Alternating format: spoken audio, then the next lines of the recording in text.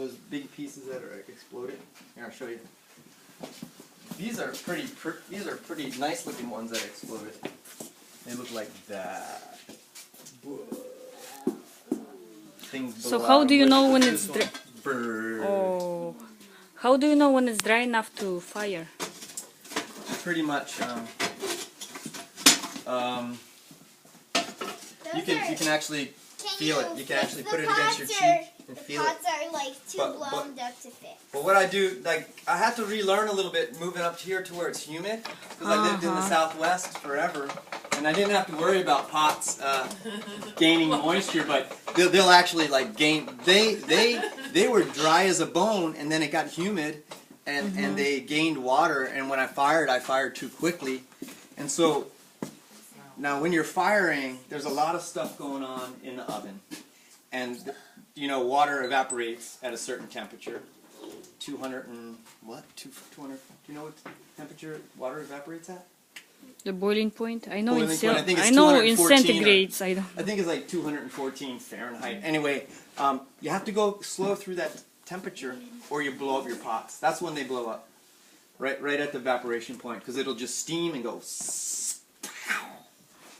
And when I was an apprentice for a potter, I blew up a whole kiln load. And it was bad. It was a bad day. He had gone down to a show, and he's like, "Hey, fire all the pieces, and ship them down to me." And I was all excited. I get to fire the kiln, and it was a big kiln. It was a lot of stuff, and they were a little bit too dry. I mean, too wet, and I just turned it up too fast, and I just heard him go, "Poof, poof, poof, poof." I'm like, "Oh." Turn it off the kiln, go home, and then came back the next day. It was a mess. Oh my god. It was like a bunch of people's different stuff. It was all of our stuff and my stuff. Yeah, anyway. So I learned from that. But I still occasionally blow up. Alright, so. So how would you do it slow then? Would you just put it like increment, like you'd start it out at a certain temperature and let it stay there for a little while? Yeah. And then you would turn it up a little bit more? Yeah. Like, We call, well, this kiln doesn't. When you have a flame kiln, this is electric, it's just electric coil. When you have a kiln that has a flame, you call it a candle. You candle it, so you heat it up slowly. And the flame looks like a candle. oh, okay. My propane kiln had like 6 burners, so you see the little flame coming up, and it just heated up. Yeah. All right, here's another one. Oh, I'll show you the monkey face next time. We want to see a picture. Will we be able to try making... Yeah, you can try something. I don't know about the wheel though. The wheel's a little tricky. The wheel takes a little more practice and a little more special lesson, but yeah, I think we might have time to make a little something today. Depends on what you all are planning on. I'm going to make a small video. Oh, nice. Okay, we could all get our hands in it. I'll just throw a little more, because isn't it kind of magical to see the clay turn into anything, basically anything that I can imagine it to be. It's very special, yeah. I think I'm going to make a picture so I can show you how I make a spout. You know? Just pour, so you can pour liquid from the... And this, I'm making this look deceivingly easy. It took me weeks to learn how to do this. I heard that you make clay drums. I do. Now this one has an air bubble in it, so I can feel it. Like the last one. Well, yeah, but we're going to take care of it in a second. This is called a needle tool. My air bubble is right there, so I just go. Cool. I just move it. I just smush it back together. Do you ever have to take the thing entirely off and start over? Oh yeah. Not that often, but sometimes. Usually if it doesn't stick, like when I throw it on there, it makes a suction, so it'll stay on. But if you just like put it on softly and then try to, if it got water underneath it, it just goes flying, literally.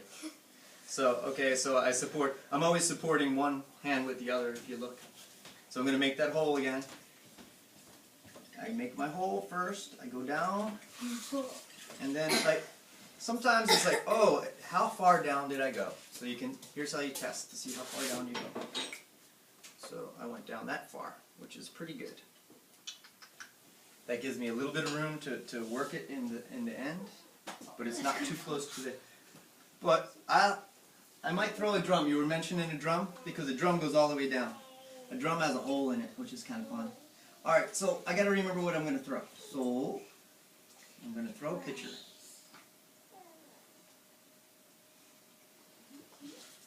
I always smooth out my bottom before I do anything else. I always put a little water on the piece before I throw it, because it keeps it slipping through my hands. And this stuff right here is actually called slip. And it's nice and slippery. Anybody want to try it? Come on. It's slippery. Yeah.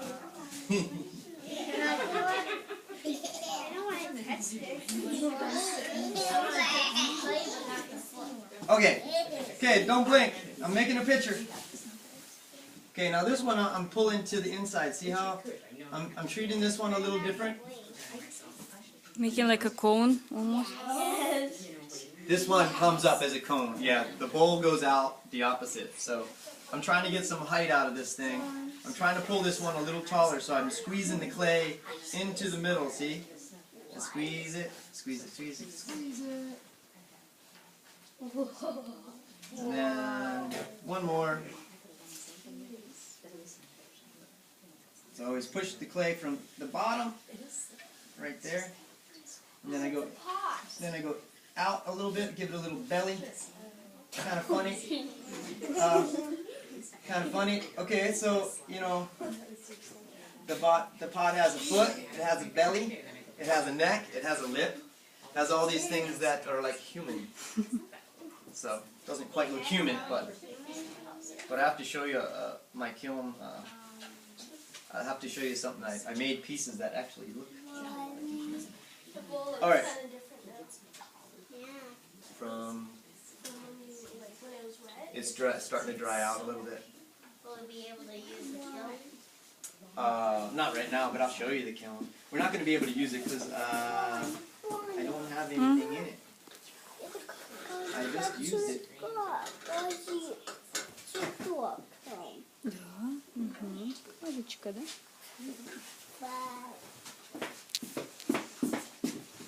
So, I always clean up my inside. Use my wooden knife and I'll trim that off. Ready? So you can't see, but I'll do it over here so you can see too. I just cut into it like that. And you gotta hold the knife pretty strong.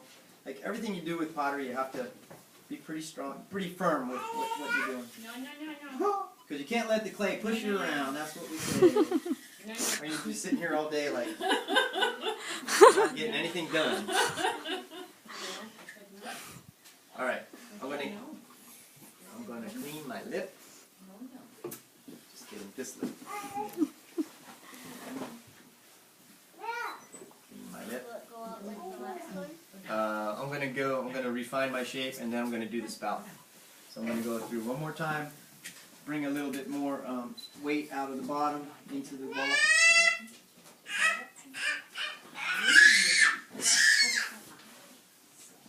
Oh yeah, it's pretty thin right in there.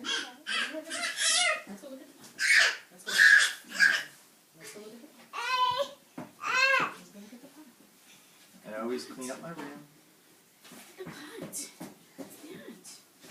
And always clean up the bottom. Okay, so it doesn't look like a picture yet. So it depends on how big of a spout I want. I use this is one of my tools, but I can use it in different ways. This is really one of my trimming tools, but I can also use it to make my spout. Ready? Don't blink. So I'll pull towards me and I'll push towards it.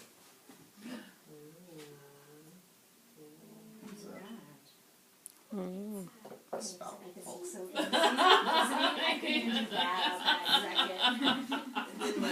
Wire tool always falls on the floor.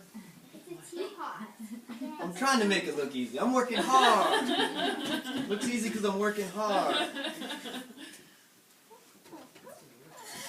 And then, you know, I have thrown tons of clay in my life. So, that helps. I'm trying not to. When did you start? I started when I was in college, so early 20s. So I've been doing pottery for about 30 years. Probably 30 years. Are you going to make more pots, or we can make our own? Let me do one more, and then maybe we can do something on our own. Okay? How would you put a handle or something on that? Good question. I can show you how to pull a handle. So, but what you would do is you let the piece of clay become leather hard. So, in a day or two, it's still flexible. I can paddle it. I can change the shape. I can cut out. It's called leather hard. You can scribe into it. That's when I foot my pots. That's when I flip them over and I tool the bottom with tools like this. This is a trim tool, and I actually work the clay, and I'll show you the footed bottom on some pots. So I'll finish the foot, and then I'll take it over to my banding wheel and put it on my banding wheel, and I'll pull a handle from a piece of clay, and I'll score where I want it to stick, and score where I want it to stick, meaning I take my needle tool and scratch, and then I take the slip that's in the bottom, and that's like the cement, and I'll put a little patch of that on, and then I'll stick the handle on, and I'll pull a handle because it's pretty fun to watch. Yeah, it doesn't take long. So yeah, you're gonna have to watch me work just a little more.